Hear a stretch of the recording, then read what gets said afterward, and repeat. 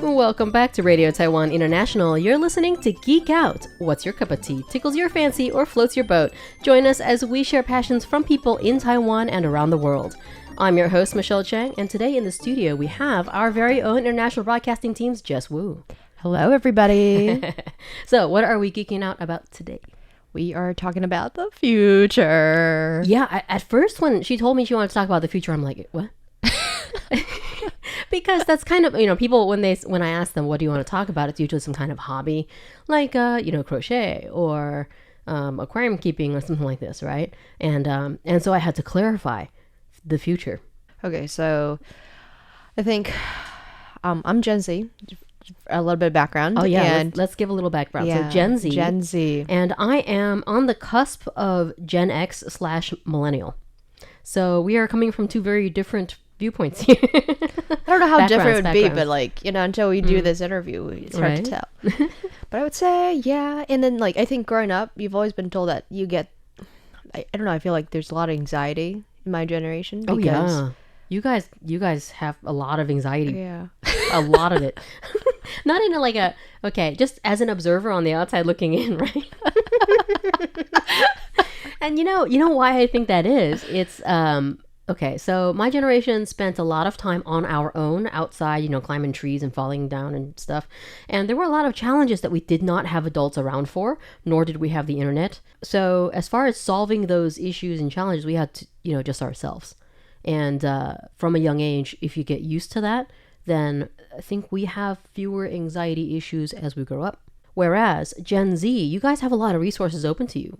And so you're reading about things that might cause a lot of anxiety or watching videos about it, right? So you're aware of all of these issues that are happening in the world, and it is scary.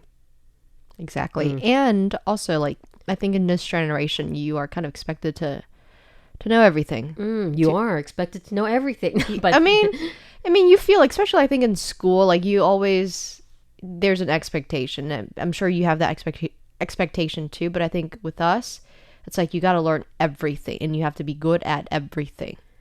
Because you have your resources at your fingertips? I think so. That's what it is. Whereas, we were posed a question and then given time to go to the library in order to research said question. Yeah. I think that's the difference there. Which is, I guess, leading into our experiences now as adults and what we feel like the future is going to be. Yes. Yeah. So what's an overall adjectives to describe how we feel about the next, 30 years? Next 30 years, I think overwhelming because you have so much information at your fingertips. And I really think the next 30 years, it's all about the attention economy. What do I look at? It in this whole instant gratification, it's just that the world has become. Yes. Mm-hmm. People don't know how to wait. People don't know how to know that they can always get what they want.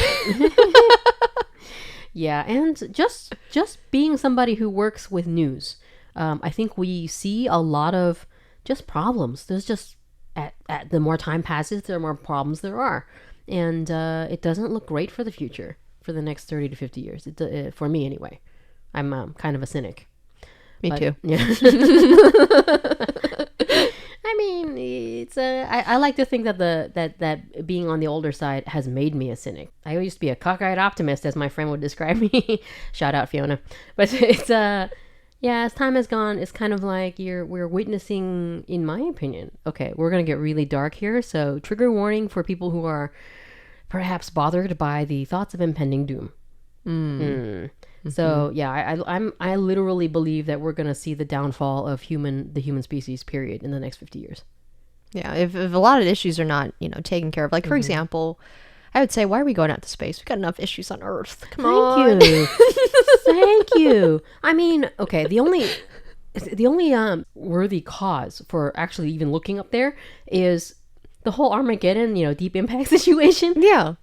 If there is an asteroid, I get it. That's very important. It's going to kill our planet. We need to figure out how to stop that, right? But otherwise, what are we doing up there? And why are these billions upon billions of dollars being spent on space programs. Looking at you, Elon Musk. At me. Yeah, agreed. I totally agree. I think just the fact that there's a war going on in 2023, it's just, it doesn't make any sense. Right. If you redirected, at this point, I think it might be trillions of dollars spent on the space programs around the world. If we redirected that money and the intelligence, like imagine all these rocket scientists, right? If they could refocus their efforts on correcting the problems that we currently have at home, then I believe we wouldn't have ever had an issue with climate change. I agree. Right? It's pretty ridiculous. We were just chatting and just being mad walking down the stairs to the studio about, these billionaires just not caring. Yeah, I don't think the thing is, it's one thing to not care, but they definitely have the resources to go find people who care. Exactly. And they don't have to put in really much work. No, just, I was tempted to say sign a check, but that's not how we do stuff. Venmo. But yeah, all they have to do is front the money, and the world's brightest minds are easily available to you, right? If you offer them a decent paycheck and a good cause. I agree. So yeah, looking at the billionaires of the world, I have not seen a Batman stand up yet. Well, I also think maybe I don't know. I think for them, I don't know what their mindset is. Mm-hmm. They have more money than God. Yes. They definitely, I think, look at the opportunity cost and what they could get out of that money and the trade-offs. But right? They don't want to feel uncomfortable. They don't want to feel like, dude, if you have more than say $100 million, there is no way that you are uncomfortable. Well, I think psychologically, and socially, you don't want to be in that awkward position. They want to get, I want to get whatever the good thing done without having to go through any of the muddling through any of that. Yeah. But as you said, you can hire a team of people and just write them a blank check, right? But do these people know how to work with others? That is kind of, you know what I mean? Like, have you seen the way, I don't know Elon Musk, but I kind of think he's an alien. Exactly. Right. He's a lot socially awkward. Yes. So yeah, that's actually a very valid point that you raised. Does he really know how to work with a team of people without upsetting everybody? Yes. And I think he maybe expects people to read his mind and know exactly what he wants when I don't know what you want. Like, can you be specific and can you just tell us and not to beat around the bush and whatever? Right. Like, just tell us what you want. Like, apparently he wants to go make a colony on Mars or another planet and just abandon ship. And okay, my husband, I'm also at me husband, it really loves Joe Rogan and who's had Elon Musk to talk about his space dreams and how my husband supports this dream. It's like, if you have the money, why not? And I'm like, no. If you have that much money, even you and I have social responsibility to give back to our community and the world, right? So if you have that many resources, you have an even greater responsibility. With great power comes great responsibility, as every Spider-Man movie has ever said, right? Man. So yes, I agree. Just garbage. But they have to want to. This is where I get into, if I ever had a superpower, I have two. Like, if one superpower is to know all the languages in the world and the cultures behind those languages. Cool. That's how you really, I think, understand that language, because I think language is power. Yes. Language is identity. Language is who you are. I mean, you don't have to say where you come from to be like, they hear your accent, they hear the way you talk.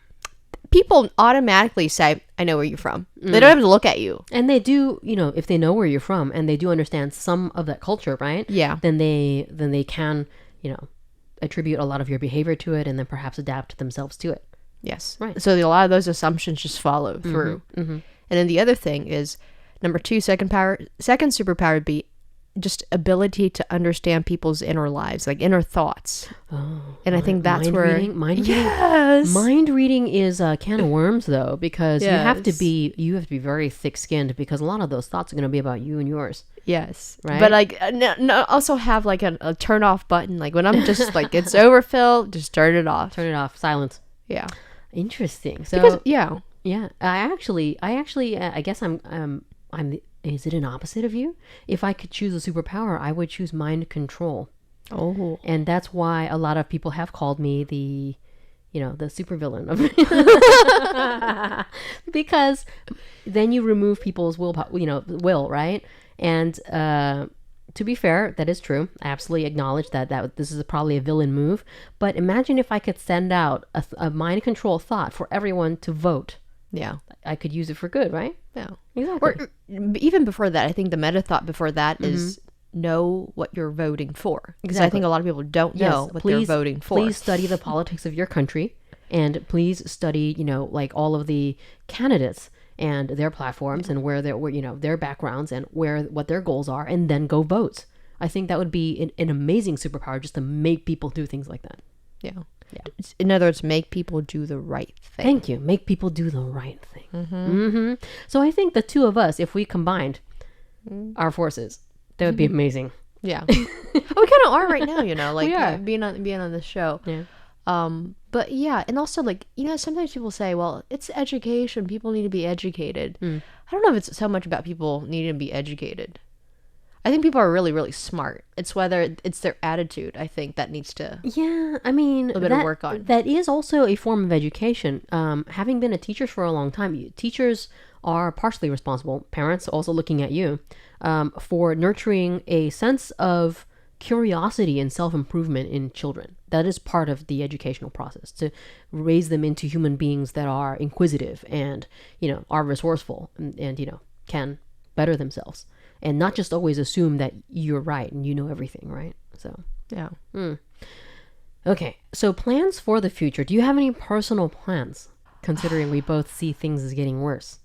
I would say one of the things I want to do is I want to, for my show, it hasn't been launched yet, but I want to ask some tough questions to people. What's your show called, so we can? One of the shows is called For the Record. For the Record. Yes, For the Record. And it's kind of an accountability show because some of these people that come on, they've answered some tough questions. And so with some of the guests I have on, you can track their, what if they do in the future and see, hey, did you really say what you mean here? Right? Because it's gone out into the public. Right. And did you follow up? Did you follow through? And if so, that's great. If not, why not? Right? What happened? Right. A lot of public figures make promises and they state their goals, but they never actually get there. Yeah. Not in any real effective way. Right. What's the other one? The other one is called Can't Read Minds. Because I cannot read your mind. Okay. Right. And I think people rarely say what they mean. And so that one is more about business. Like, why did you get into a certain business? And for you to go through all that journey, there must be something more than just the money. Right. Right? I mean, yes, it's part of it. It's an important part of it. But there's something more for you to be doing, I don't know, this well. Or there's got to be something else. So they can explain themselves. They can explain themselves. And there's really, there's no right or wrong. I mean, obviously, there's obviously a wrong. Like, don't break the rules, right? But I want to hear about their challenges and how they deal with them or are not dealing with them. Right? But it's just, yeah. And I think, I'll be honest with you, it's a very challenging show because when I have speakers that are non-native English speakers, it's really difficult to get them to be able to express what they really mean. I mean, that's also cultural differences, right? There are, I feel, in my experience, talking to people who are native English speakers, they're raised in a culture where it's okay to just be honest and not put up this, face saving front facade thing, and just really tell people, their fears and hopes and their real intentions, right? Without so much worry of being judged. Yeah.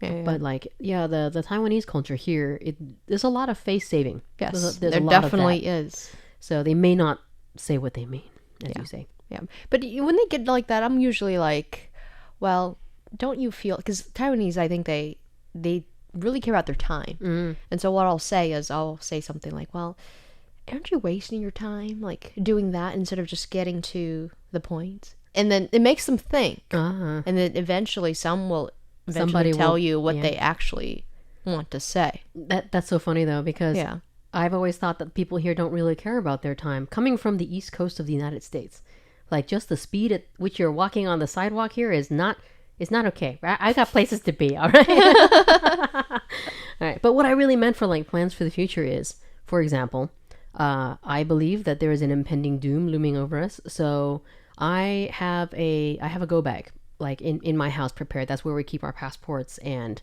my backup medication and, you know, all the paperwork that like the deeds to the house. So if required and we have to go really quickly, we just pick up the bag and run out the door. And perhaps be evacuated from Taiwan because of course everybody's always worried that China is going to attack and all of that, right? Yeah. So that kind of thing. How are we making any do you have any plans? Yeah, actually, speaking of, I have something similar like that too. Huh? Yeah, right. Yeah, it's just like my go. It's just like, okay, it's time to go. Mm. Yeah, I mean, it's so unfortunate, and I feel like even if we to need something like that, it's just like It is sad. it is really sad. Where'd you grow up? In Virginia, in Northern Virginia. Ah, so not in earthquake territory, but you guys got hurricanes. We have a lot of crazy politics and crazy weather. So in Virginia, where I grew up, it's in Northern Virginia. Right. The mornings can be really, really cold. And then once you get to noontime, it's like hot as hell. Mm. And then it gets cold again. It's just, you experience what feels like all seasons In one day. in one day. So you don't know what to dress. Like, there's usually layers. Usually layers, so And you you- can yes. remove some if you need, right? And put some back on. That's right. Not like Taiwan, where you just, you can't do layers in Taiwan. Unless it's like the winter. the winter, maybe. I guess that part of that's from California because we had earthquake drills all the time. And I was actually here in high school when 9/21 happened in Taipei and everyone freaked out. Not in Taipei, but it happened on the island of Taiwan and a bunch of people died. There hadn't been an earthquake here in like 50 years prior to that and everyone freaked out. So I guess from a young age, they teach you to be prepared to be able to just have all of the resources available and be okay if something bad happens suddenly. Not so much with the hurricanes. Usually you can predict the weather. Yeah. Yeah. Yeah. But right. So 5 years? 5 years. I really don't know. I'll be honest with you. I'm probably, You gonna be here? I don't know. Like, it's a good question, right? Right now, I'm in my 20s. Yep.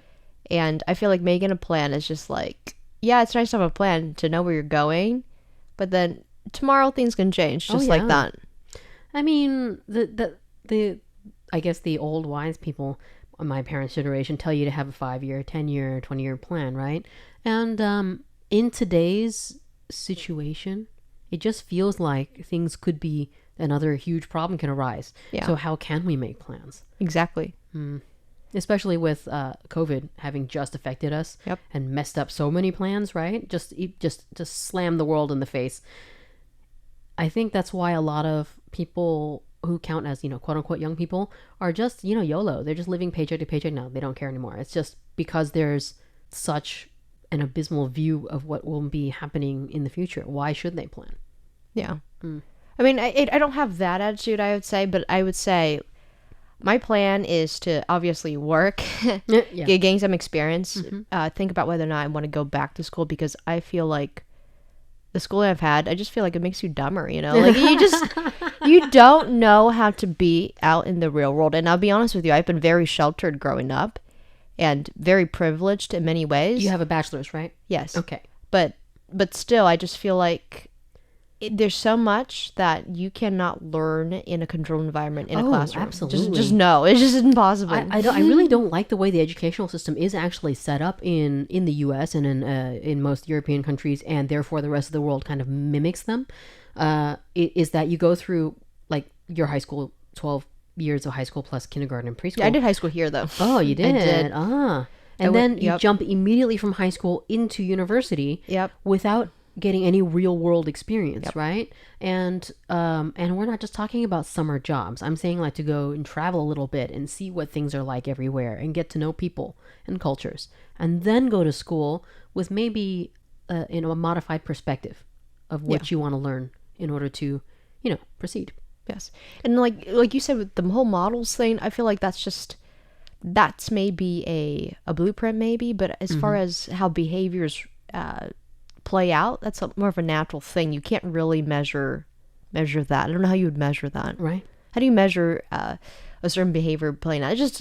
it's natural. It just happens. Well, I think okay, for those of us whom we've made a little bit scared or depressed or anxious about, what's a message that we can deliver A message for what? for our listeners for who might be feeling a little bit extra anxiety because of what we've been talking about? Go out into nature. Yeah, And just shut your phone, meditate, that's good to distance yourself. distance yourself, and know that you are doing what you can. And always go find the people that are making a difference. That are doing things that are contributing to the world in some positive way. And sometimes those people are super low key. They do not want to be found, but they're doing things. Right. That's amazing. Yeah. Okay. So go and distance yourself. Go find what makes you happy. Find your center. Find your peace. And then when we return to the stuff, find your resources. Right. The people, knowledge. Yeah. And sometimes we sit there and we think, oh, people just come to us. No, you have to go find them. You do have to find them. You have to go find them. So thanks for geeking out with me, Jess. Thank you, Michelle. And thanks, listeners, for tuning in to Radio Taiwan International. I'm Michelle Chang, and we'll be back next Thursday with another episode of Geek Out.